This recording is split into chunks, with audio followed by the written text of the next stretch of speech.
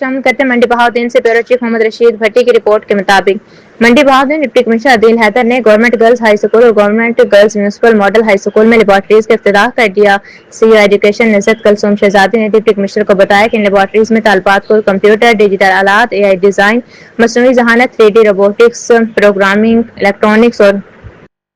دیگر جدید ٹیکنالوجیز کی عملی تربیت دی جائے گی، جس پر ڈپٹی کمشنر عدیل حیدر کا جدید اور معیاری تعلیم کے فروغ کے لیے ان ٹیکنالوجی لیبارٹریز کو خوشائند قرار دیتے ہوئے کہنا تھا کہ موجودہ دور کے تقاضوں کے مطابق طلباء کو جدید ٹیکنالوجی اور عملی مہارتوں سے آراستہ کرنا وقت کی اہم ضرورت ہے۔ ایسے منصوبے طالبات کی تعلیمی استعداد میں اضافے اور انہیں مستقبل کے چیلنجز سے ہم آہنگ کرنے میں اہم کردار ادا کریں گے۔ ڈپٹی کمشنر کا کہنا تھا کہ میٹرک ٹیک پروجیکٹ کسی وژن کی عملی تعبیر ہے جس کا مقصد معیاری تکنیکی تعلیم تک مساوی رسائی کو یقینی بنانا اور نئی نسل کو ڈیجیٹل مستقبل کے لیے تیار کرنا ہے۔